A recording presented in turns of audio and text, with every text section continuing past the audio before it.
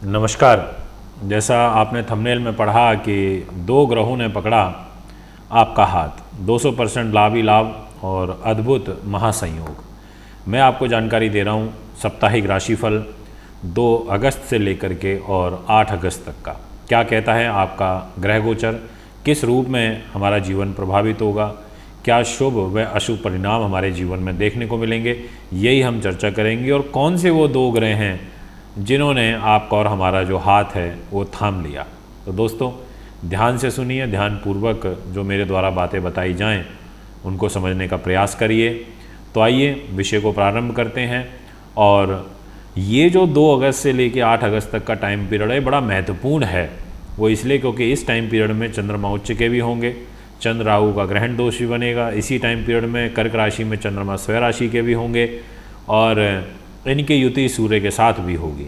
तो इसलिए बुध के साथ भी होगी, त्रिग्रही योग भी बनेगा, द्विग्रही योग भी बनेगा। तो इसलिए यहाँ पर लिखा है कि 2 ग्रहों ने पकड़ा आपका हाथ। महत्वपूर्ण है, इसलिए ध्यान से समझने का प्रयास करिएगा। इसी प्रकार की वीडियोज़ मैं बनाता रहूँगा, आपके बीच में लेकर के आता रहूँगा।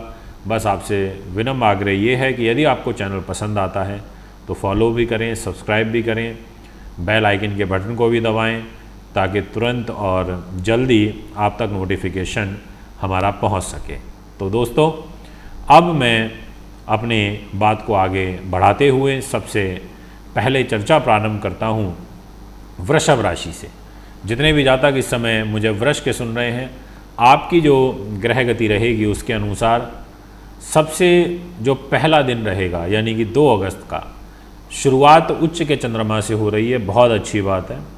पहले दिन 2 तारीख को, 3 तारीख को और 4 तारीख की दोपहर 3 बजे तक चंद्र ग्रह उच्च के होकर के गोचर करेंगे, वो भी राहु के साथ में। तो चंद्रमा राहु की युति महत्वपूर्ण होती है, निर्णायक होती है, पर यहाँ पर ग्रहण भी बनेगा।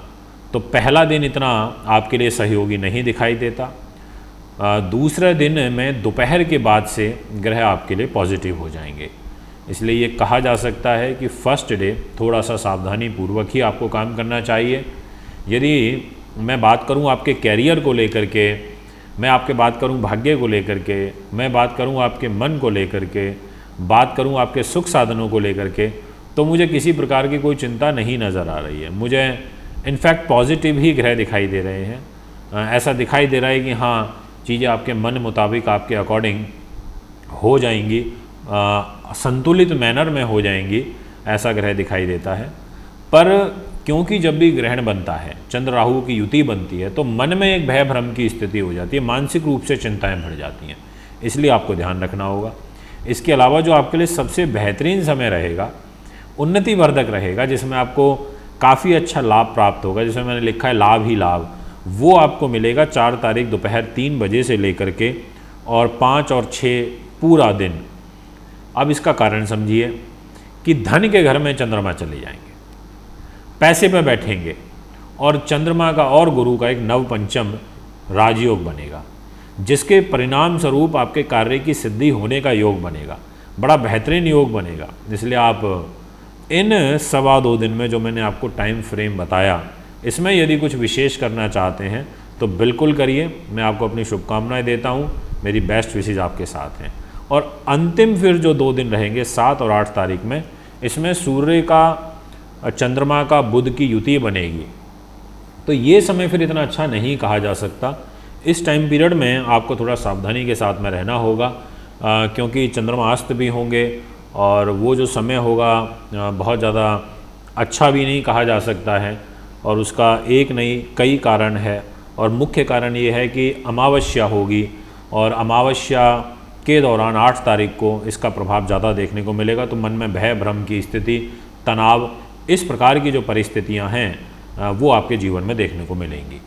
तो ये एक ओवरऑल सिचुएशन है। सबसे बड़ी बात है कि जो बुध ग्रह हैं वो राशि परिवर्तन कर जाएंगे दिनांक 5 तारीख को जुलाई में, और ये केंद्र में आ जाएंगे, अपने मित्र की राशि में आ जाएंगे, अपने मित्र शुक्र के साथ में रहेंगे, पर मंगल भी वहाँ होंगे। तो कोई ऐसी विशेष चिंता वाली बात नहीं है यहाँ पर, क्योंकि बुध मंगल को अपना मित्र ही मानते हैं और शुक्र भी उनके मित्र हैं। तो बैलेंस चीज़ें हो जाएंगी, संतुलित कार्य आपका होने का काम बनेगा, मतलब योग बनेगा।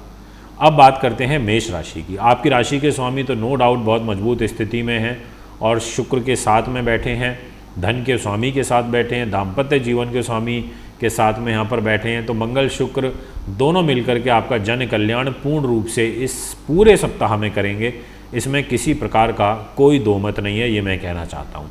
इसके अलावा इस वीक की जो शुरुआत होगी वो आर्थिक रूप से अच्छी है, पैसा प्राप्ति का एक सुंदर योग बनेगा, वाणी के माध्यम से धन मिलेगा, परिवार के लोगों के साथ ज़रूर एक मनमुटाव का योग मुझे यहाँ पर दिखाई देता है, परंतु धन की आवक अच्छी होगी, मान सम्मान बढ़ेगा, लाभ बढ़ेगा और भाग्य की उन्नति होगी, ये भी बहुत अच्छा है।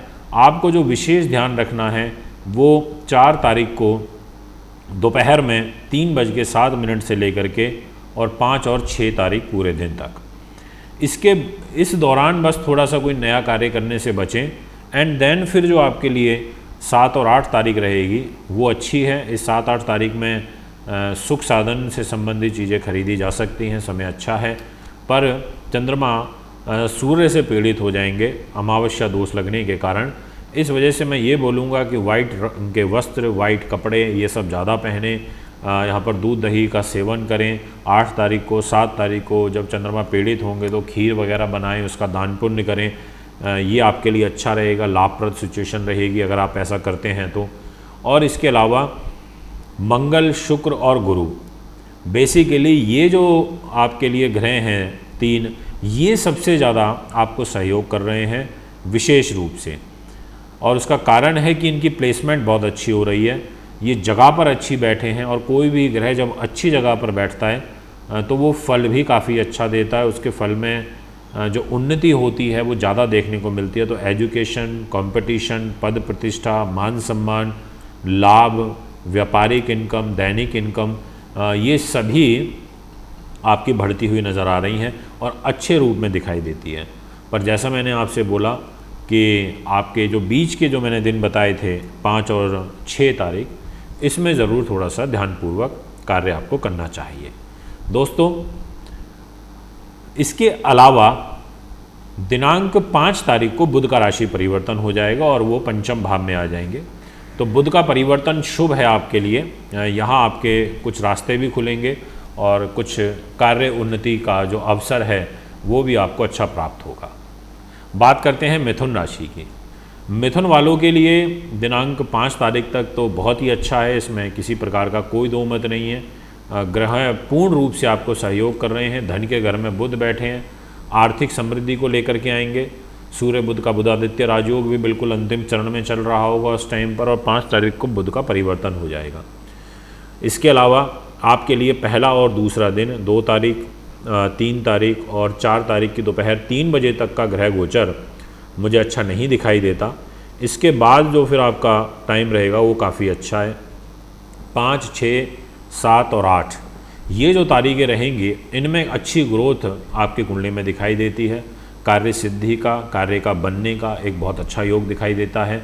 कुछ भी करना चाहते हैं तो मंडे, ट्यूसडे और वेडनेसडे को छोड़ करके थर्सडे, फ्राइडे, सैटरडे, संडे में कर सकते हैं। परिवार के लोगों का सहयोग भी मिलेगा, पर भावनाओं में और इमोशनल होकर कोई कार्य आपको नहीं करना चाहिए। इसके अलावा जो आपकी कुंडली में एक पार्श्विक दोष चल रहा है, उस दोष का अंत होगा और वो तारीख रहेगी 4 तारीख दोपहर 3 बजे से लेके और 6 तारीख को रात तक। ये इस दोष से भी आप मुक्त हो जाएंगे। टेम्परेरी हो रहे हैं पर रिलीफ ही होता है। ये भी एक अच्छी बात है कि स्थिरता लेकर के आएगा। स्वास्थ्य के प्रति ज़रूर ध्यान रखना है, विशेष रूप से पहले 2 दिन चंद्रमा राहु 12वें भाव में रहेंगे तो पैसा बीमारियों पर खर्च होना, इस प्रकार का जो ग्रह योग है वो यहाँ पर बना देते हैं। तो ये मैं आपसे कहना चाहूँगा। अब बात करता हूँ कर्क राशि की। तो जितने भी दर्शक अब मुझे कर्क के सुन रहे हैं, आपकी जो ग्रह गति रहेगी उसके अनुसार विशेष रूप से स्टार्टिंग लाभ से हो रही है, इसमें किसी प्रकार का कोई दो मत नहीं है। गुप्त तरीके से होगी, गुप्त विद्याओं से होगी, गुप्त युक्तियों से होगी और ऐसा योग बनता है। राशि का स्वामी ही चंद्रमा राहु के साथ में, उच्च के राहु, उच्च के चंद्रमा लाभ स्थान में, तो ऊंचा ही फल दे देंगे, ये मैं कहूँगा। और इसका दूसरा कारण है आपके धन के घर में मंगल और शुक्र का बैठना। ये भी एक प्रकार से शुभता देते हैं, ये भी एक प्रकार से धन वृद्धि का योग बनाते हैं, ये भी कार्य को बनाने का काम करते हैं। तो एक तरीके से कहा जा सकता है कि ग्रह आपके लिए सपोर्टिव है। और इसके अलावा एक पार्श्विक दोष आपकी कुंडली में ज़रूर यहाँ पर चालू हो जाएगा 5 तारीख से, जब इनका परिवर्तन होगा, क्योंकि बुध आगे निकल जाएंगे तो सूर्य और शनि केवल केंद्र में रह जाएंगे। तो थोड़ा सा इस वीक में जो भी आप काम में करें सावधानी पूर्वक करें।